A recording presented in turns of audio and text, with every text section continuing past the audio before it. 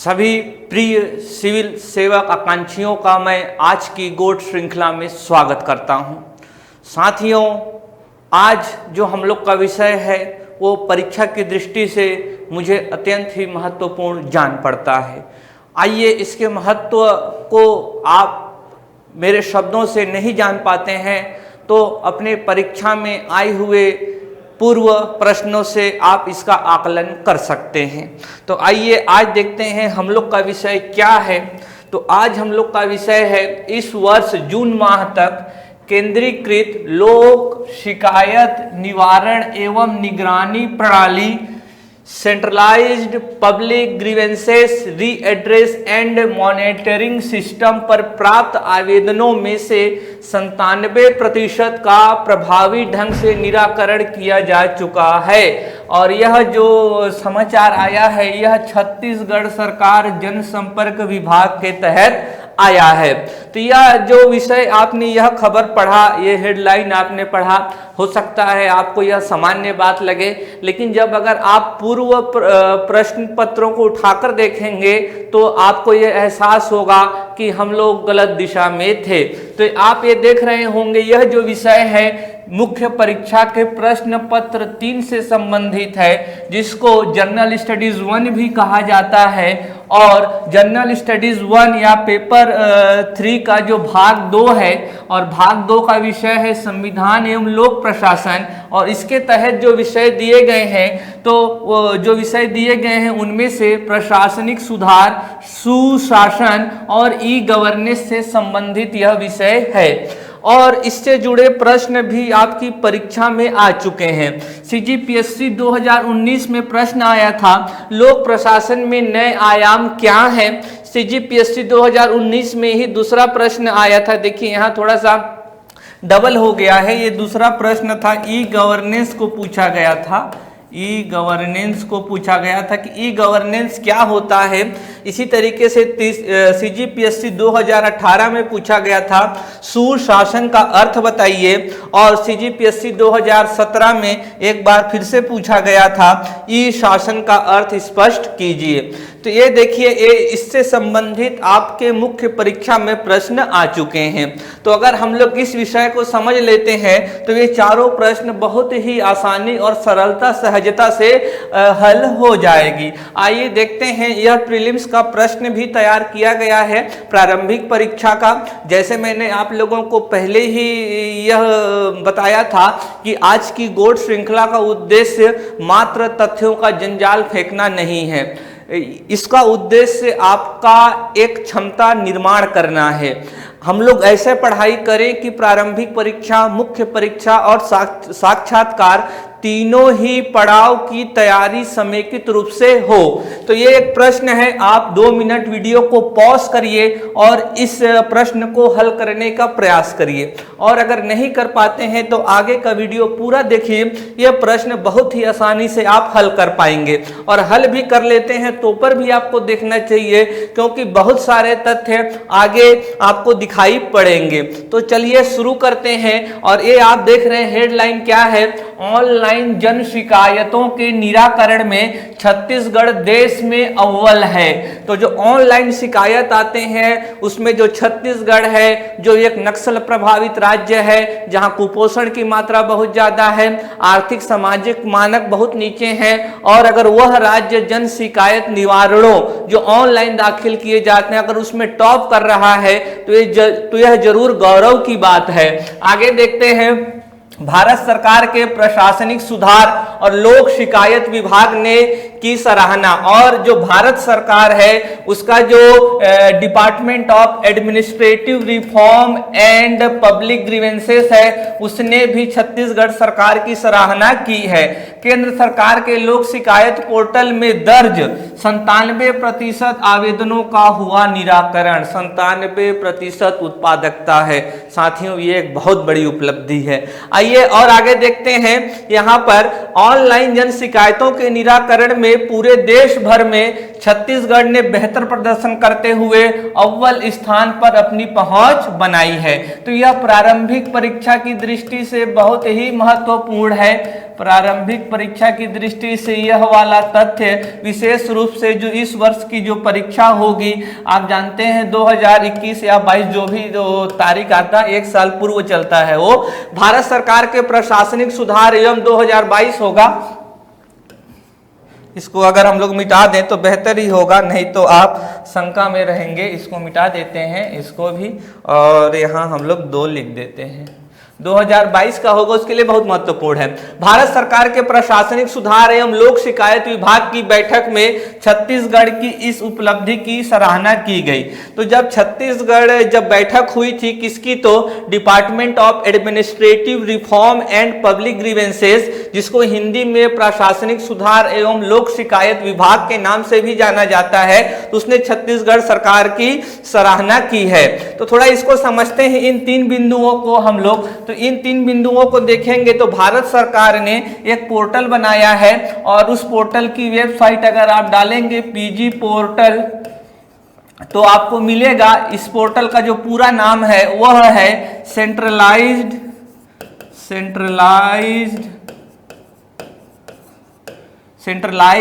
Public, देखेंगे इसको, इसका फुल फॉर्म जो होगा centralised public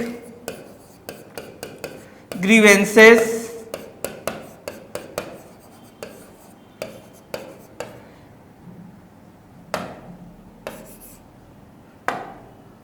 रीएड्रेस and monitoring system, और इसको संक्षेप में CGRAMS के नाम से जाना जाता है। तो यह एक पोर्टल है, और इस पोर्टल में जो भी शिकायत आते हैं, और छत्तीसगढ़ में जितने भी शिकायत आए थे छत्तीसगढ़ से संबंधित, दरअसल यह पोर्टल केंद्र सरकार द्वारा विकसित किया गया है। इसमें विभिन्न राज्यों से संबंधित शिकायत आते हैं, और जो शिकायत जिस राज्य से संबंधित होते हैं उनको फॉरवर्ड कर दिया जाता है। तो जो भी शिकायत छत्तीसगढ़ से संबंधित थे उनको छत्तीसगढ़ सरकार को स्थानांतरित किया गया, और छत्तीसगढ़ सरकार ने तत्परता के साथ 97% शिकायतों का निराकरण किया है यहाँ पर। तो आप देख रहे होंगे भारत सरकार के लोक शिकायत निराकरण के लिए बने portal CPGRAMS centralised public grievances redress and monitoring system में प्राप्त आवेदनों में से 97% आवेदनों के निराकरण के साथ छत्तीसगढ़ को प्रथम स्थान पर दर्शाया गया है। प्रारंभिक परीक्षा घटना जो होते हैं प्रारंभिक परीक्षा की दृष्टि से महत्वपूर्ण होते हैं, और जो घटना के परिणाम होते हैं वह मुख्य परीक्षा और साक्षात्कार के लिए महत्वपूर्ण होते हैं। गुणवत्ता युक्त निराकरण के लिए भी राज्य सरकार की सराहना की गई है। कौन किया है, तो भारत सरकार। राज्य में विगत 5 वर्षों से 3 जून 2022 तक की स्थिति में प्राप्त 62,738 आवेदनों में से 60,998 आवेदनों का निराकरण किया गया। तो लगभग 62,000 आप देख रहे होंगे यहाँ पर शिकायत आए थे, उनमें से 60,000 का लगभग निराकरण कर दिया गया है। तो ये आंकड़े आपके लिए महत्वपूर्ण नहीं है, लेकिन जो छत्तीसगढ़ ने प्रथम स्थान प्राप्त किया है वो आपके लिए महत्वपूर्ण है। तो आइए देखते हैं ये छत्तीसगढ़ ने कैसे किया। तो छत्तीसगढ़ ने यह प्रथम स्थान हासिल कैसे किया, इसके लिए जो मुख्य सचिव हैं छत्तीसगढ़ के, वो लगातार बैठकें लेते हैं। मुख्य सचिव छत्तीसगढ़ के लगातार बैठकें लेते हैं और आवश्यक दिशा निर्देश देते हैं कार्यवाही से संबंधित जो भी शिकायत जिस विभाग से रहती है। आगे देखते हैं, तो इसके लिए प्रतिदिन दोपहर 12 बजे से 1 बजे तक, प्रतिदिन एवरी डे 12 बजे से लेकर 1 बजे तक वीडियो कॉन्फ्रेंस के माध्यम से चर्चा की जाती है और समस्याओं का निराकरण किया जाता है। और इस वीडियो कॉन्फ्रेंसिंग में जो दूरस्थ और दुर्गम जिले हैं, जैसे दंतेवाड़ा हो गया, जशपुर हो गया, बलरामपुर हो गया, आपका नारायणपुर हो गया, तो ये जिले भी वीडियो कॉन्फ्रेंसिंग के माध्यम से मुख्य सचिव से जुड़ते हैं। तो ये ध्यान रखेंगे। वीडियो कॉन्फ्रेंसिंग में दूरस्थ जिले के आवेदक भी उपस्थित होकर अपनी बात रखते हैं। भारत सरकार का online portal centralised public grievances redress and monitoring system, जो पीरजी पोर्टल है, जिसमें ऑनलाइन शिकायत दर्ज की जा सकती है। राज्य सरकार को उनसे संबंधित आवेदन ऑनलाइन ट्रांसफर कर दिए जाते हैं। जैसा मैंने पहले ही बताया, जो भी शिकायत जिस राज्य से संबंधित होता है उनको फॉरवर्ड कर दिया जाता है ऑनलाइन ही। कोई कागज लेकर दस्तावेज पोस्टल के माध्यम से नहीं होता, ऑनलाइन ही ट्रांसफर कर दिए जाते हैं। आगे देखते हैं, इस पोर्टल के प्रकरणों की समीक्षा भारत सरकार का लोक शिकायत एवं प्रशासनिक सुधार विभाग, फिर से वही department of administrative reform and public grievances जो विभाग है, और प्रधानमंत्री कार्यालय लगातार शिकायतों का निराकरण किया जा रहा है या नहीं, इसकी समीक्षा भी करते हैं समय समय पर। देश के सभी राज्यों की समीक्षा बैठक के दौरान यह जानकारी भारत सरकार द्वारा दी गई है। तो यहाँ आप देख रहे हैं छत्तीसगढ़ ने प्रथम स्थान कैसे प्राप्त किया। तो मुख्य सचिव की अध्यक्षता में लगातार बैठकें होती हैं। बैठक के लिए information and communication technology video conference का सहारा लिया जाता है, और इस बैठक में जो भी शिकायत जिस जिले से होते हैं, जिस विभाग से रहते हैं, उनके निराकरण के लिए चर्चा की जाती है। और यह बैठक प्रतिदिन होती है 12 से 1 बजे तक। तो सक्रियता से समस्याओं का निराकरण किया जा रहा है। आगे चलते हैं, ये देख रहे हैं, ये पोर्टल जब आप खोलेंगे CPGRAMS centralised public grievances redress and monitoring system को खोलेंगे तो उसमें आपको यह डिस्प्ले होगा। पहले कंप्लेन लोड की जाती है, फिर उसका आकलन होता है, असेसमेंट होता है, फिर उनका निराकरण होता है। तो ये देख रहे हैं, शिकायत यहाँ दर्ज हो जाता है, 3 स्टेप में काम होता है, और यह आकलन है समस्याओं का, और यह देख रहे होंगे तो आप निराकरण है। ठीक, आगे चलते हैं, और ये आप और देख रहे हैं कि आप सबमिट कर दीजिए, असेसमेंट होगा, रीएड्रेस हो जाएगा। Helps to track and monitor the status of your grievances, और जो भी आप शिकायत कर रहे हैं वो कौन से स्टेज में पहुंचा है, उसकी स्थिति क्या है, उसको भी आप ट्रैक कर सकते हैं इस पोर्टल के माध्यम से। तो आइए थोड़ा सा हम लोग centralised public grievances redress and monitoring system के बारे में जान लेते हैं। यह एक ऑनलाइन प्लेटफॉर्म है, और जो नागरिकों के लिए 24 घंटे और 7 दिन काम करता है। 24 घंटे और 7 दिन काम करता है, और इसमें हम लोग अपनी शिकायत दर्ज कर सकते हैं। यह भारत सरकार और राज्य के सभी मंत्रालय विभागों से जुड़ा एकल पोर्टल है, और इसमें कोई भी विभाग हो, आमतौर पर हर विभाग का अपना एक शिकायत सिस्टम होता है, एक ग्रीवेंसेस सिस्टम होता है। लेकिन इस सिस्टम में, इस पोर्टल में खास बात यह है कि यह किसी एक विभाग तक सीमित नहीं है आकांक्षियों, यह इसमें समेकित अवधारणा को अपनाया गया है। कोई भी विभाग हो, आप यहाँ शिकायत दर्ज कीजिए। आप किसी राज्य से हो, किसी जिले से हो, किसी संघ शासित प्रदेश से हो, इससे फर्क नहीं पड़ता है। आप केवल शिकायत दर्ज कीजिए, आपकी शिकायत का निराकरण किया जाएगा, और आप अपनी शिकायतों को ट्रैक भी कर सकते हैं। प्रत्येक मंत्रालय और राज्य की भूमिका इस प्रणाली तक आगे देख रहे होंगे। CPGRAMS गूगल प्ले स्टोर के माध्यम से डाउनलोड किया जा सकता है, और इसको उमंग के साथ भी एकीकृत कर दिया गया है। उमंग क्या है? सरकार की जितनी भी एप्लीकेशन है, जितनी भी ऑनलाइन सेवाएं हैं, वो अलग अलग एप्लीकेशन, अलग अलग पोर्टल में बटा हुआ है। लेकिन अगर आप गूगल प्ले स्टोर से उमंग डाउनलोड करते हैं तो वो सारी सेवाएं, वो सारे एप्लीकेशन द्वारा प्रदान की जाने वाली सेवाएं एक ही ऐप में आ जाती है, जिसे उमंग ऐप कहा जाता है। और इस CPGRAMS को उमंग के साथ भी जोड़ा गया है। केंद्रीकृत लोक शिकायत निवारण और मॉनिटरिंग प्रणाली, जिसका अंग्रेजी नाम है आप देख रहे हैं DPG, यानी कि लोक शिकायत निदेशालय, डायरेक्टोरेट ऑफ पब्लिक ग्रीवेंसेस तथा प्रशासनिक सुधार और लोक शिकायत विभाग, department of administrative reform and public grievances के सहयोग से राष्ट्रीय सूचना केंद्र NIC, नेशनल इंफॉर्मेशन सेंटर द्वारा NIC-NET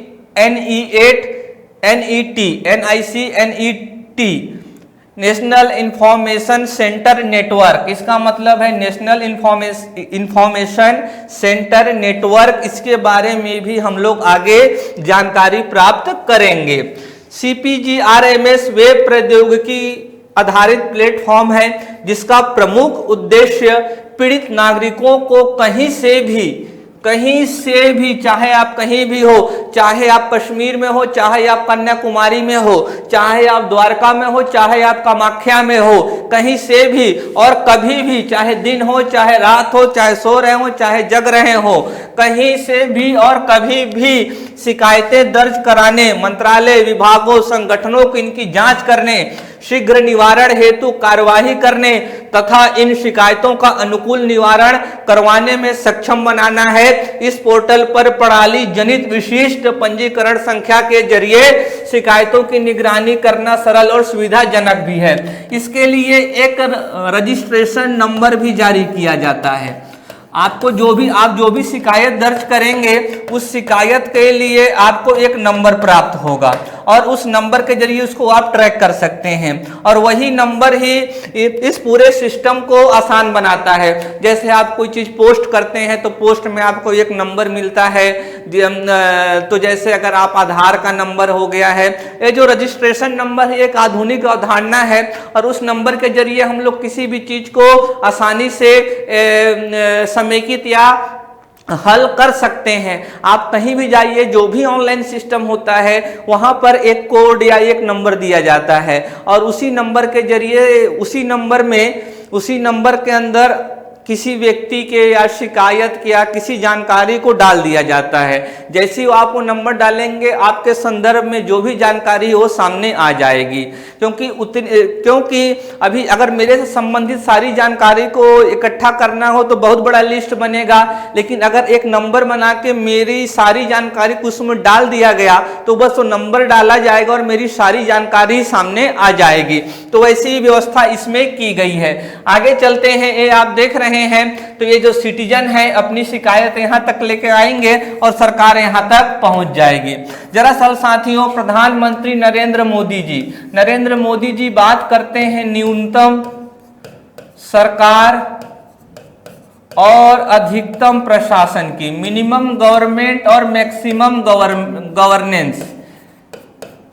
आप अगर प्रधानमंत्री जी को सुनते होंगे तो हमेशा बात कहते हैं कि न्यूनतम सरकार, minimum government and maximum governance, अधिकतम प्रशासन। तो यह अवधारणा कब सफल हो पाएगी? जब हम लोग डिजिटल टेक्नोलॉजी का, जब हम लोग इंफॉर्मेशन एंड कम्युनिकेशन टेक्नोलॉजी का बेहतर उपयोग करेंगे। तो दरअसल ये जो आप पढ़ रहे हैं centralised public grievances redress and monitoring system, केंद्रीकृत लोक शिकायत निवारण एवं ये जो पोर्टल है CPGRMS, फुल फॉर्म देख लीजिएगा, हिंदी में भी यहाँ पर लिखा हुआ है। तो ये जो पोर्टल है वो इसी का एक उदाहरण है, न्यूनतम सरकार और अधिकतम प्रशासन का। आगे देख लेते हैं अभी इस पोर्टल में आप क्या नहीं कर सकते हैं। इस पोर्टल में आप RTI मैटर को नहीं ला सकते, इस पोर्टल में आप धार्मिक मैटर को नहीं ला सकते, इसमें जो गवर्नमेंट एम्प्लॉई है, कर्मचारी वाले मैटर इसमें नहीं आएंगे, न्यायालय वाले मैटर नहीं आएंगे और किसी प्रकार का सलाह या सिफारिश भी इसमें नहीं आएगा।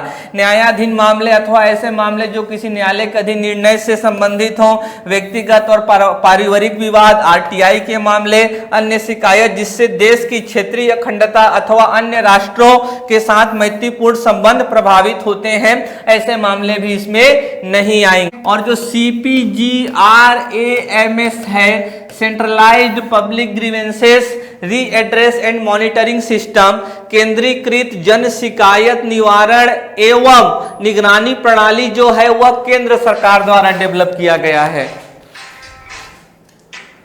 किसके द्वारा डेवलप किया गया है? तो सेंट्रल गवर्नमेंट द्वारा। सेंट्रल गवर्नमेंट द्वारा यह डेवलप किया गया है और छत्तीसगढ़ सरकार ने भी अपनी एक पृथक व्यवस्था कर रखा है जिसे जन शिकायत निवारण विभाग छत्तीसगढ़ शासन और यह उसकी वेबसाइट है। यह पृथक रूप से छत्तीसगढ़ सरकार द्वारा विकसित किया गया है जन शिकायतों के लिए। और जन शिकायत निवारण विभाग लोक शिकायतों विभाग के लिए दिशा निर्देश जारी करने, विभिन्न माध्यमों से प्राप्त लोक अर्जियों का समन्वयन करने तथा मॉनिटरिंग का कार्य सहित वेब आधारित शिकायत पोर्टल एवं वीडियो कॉन्फ्रेंसिंग से शिकायतों के निवारण के परिचालन का दायित्व है। विभाग को पृथक से कोई बजट आवंटित नहीं है, सामान्य प्रशासन विभाग के क्लब प्रभाग के रूप में संचालित है। तो यह सामान्य प्रशासन विभाग के तहत कार्य करता है। इसके लिए कोई पृथक रूप से बजट जारी नहीं किया गया है। और यह जो पोर्टल है छत्तीसगढ़ सरकार द्वारा अपने राज्य के लिए विकसित किया गया है। इस पोर्टल में भी कोई शिकायत जारी कर सकता है, उसका निराकरण किया जाएगा। इस पोर्टल से वीडियो कॉन्फ्रेंसिंग की भी सुविधा है और निराकरण के लिए उसका भी उपयोग किया जाता है। मंत्रालय के सभी विभाग सचिवालय मैनुअल प्रशासन विभाग जारी करता है। इसका मैनुअल कैसे होगा, SOP क्या होगा, स्टैंडर्ड ऑपरेशन प्रोसीजर क्या होगा, मानक परिचालन जो प्रक्रिया होगी वो क्या होगी, यह कौन जारी करेगा, तो सामान्य प्रशासन विभाग करेगा। आगे है इसका है कोई निदेशालय नहीं है और ना ही इसका कोई कार्यालय है।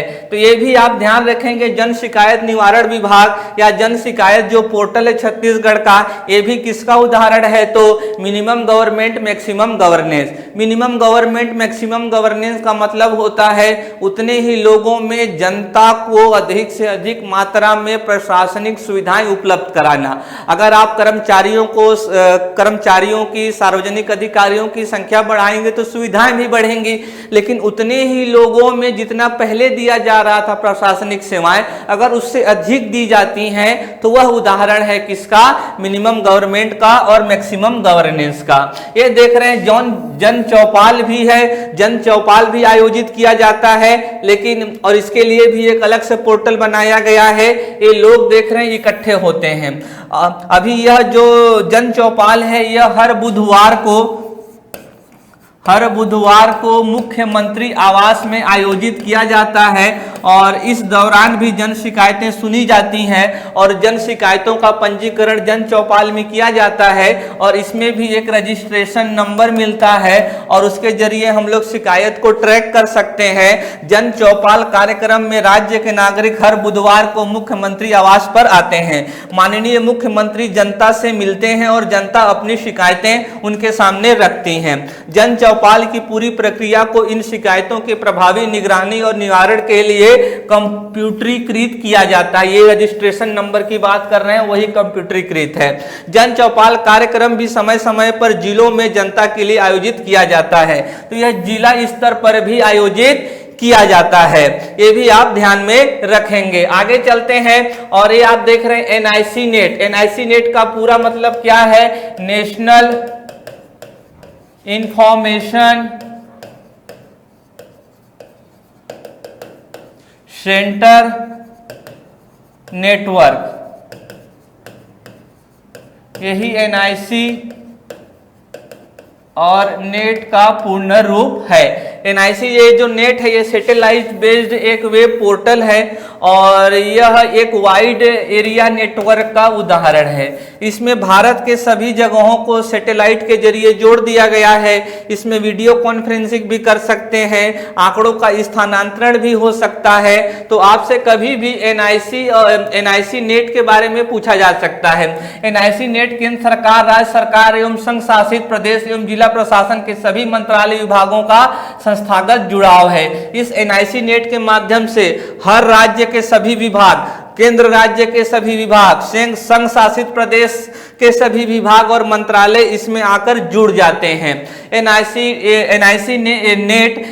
नेटवर्क एक उपग्रह आधारित राष्ट्रव्यापी कंप्यूटर संचार नेटवर्क है जो कि एक प्रकार का वाइड एरिया नेटवर्क है। भारत के लोगों को NIC नेट के माध्यम से NIC केंद्र, राज्यों, जिला और ब्लॉक स्तर पर सरकारी मंत्रालय विभागों में ई-गवर्नेंस के अनुप्रयोग, संचालन, सरकारी सेवाओं में सुधार की सुविधा, व्यापक पारदर्शिता, विकेंद्रीकृत योजना और प्रबंधन को बढ़ावा देने, बेहतर दक्षता और जवाबदेही में सहायक रहा है।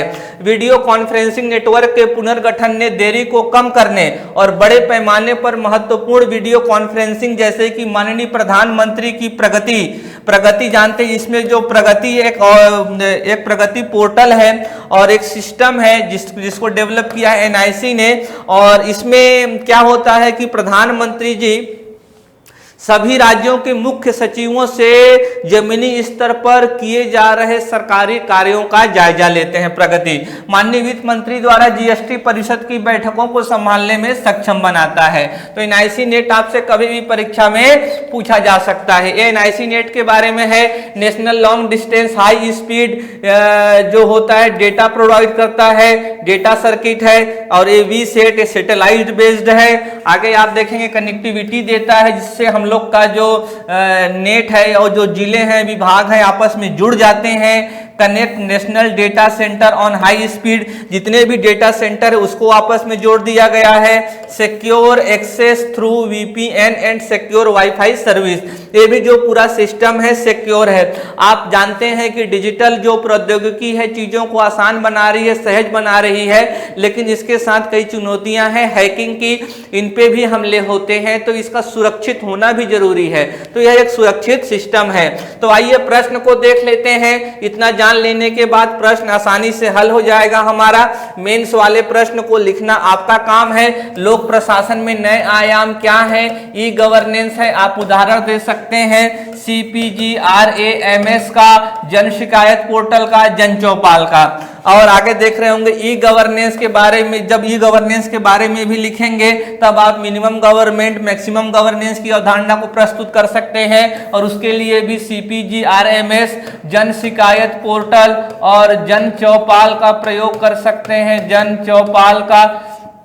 और सुशासन में भी सुशासन कब आएगा? जब अधिक से अधिक जो प्रशासनिक सेवाएं लोगों तक पहुंचेगी। हमारा जो प्रशासनिक व्यवस्था है बहुत ज़्यादा जटिल है और उसमें भी कई समस्याएं हैं, जैसे लाल फीताशाही का, क्रोनी कैपिटलिज्म का, भ्रष्टाचार का। तो उन सब चीज़ों को हटाकर ही तो सुशासन लाया जा सकता है। और उन सब चीज़ों को कैसे हटाया जा सकता है? तो डिजिटल प्रौद्योगिकी के जरिए, क्योंकि जो हमारे सरकारी अधिकारी हैं वो तो नैतिकता को त्याग चुके हैं।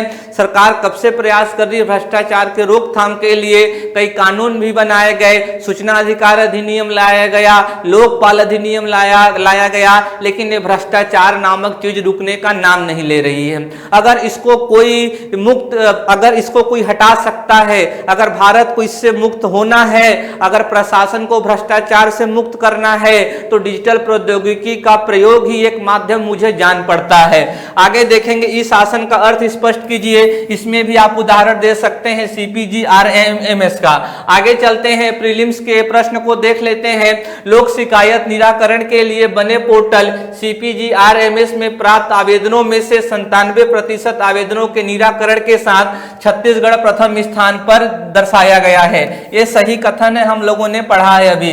छत्तीसगढ़ राज्य में जन शिकायत निवारण के लिए पृथक पोर्टल का निर्माण किया गया है। जी हाँ, किया गया है, हम लोगों ने वेबसाइट को भी देखा।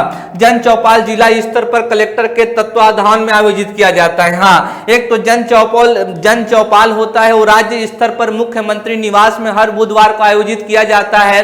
और जन चौपाल का आयोजन जिला स्तर पर भी किया जाता है, जो कलेक्टर की तत्वाधान में निष्पादित होता है। तो देखेंगे तीनों के तीनों कथन सही हैं, यानी कि ऑप्शन चौथा सही होगा। साथियों, हम लोग फिर मिलेंगे अगले विषयों के साथ अगले सेशन में।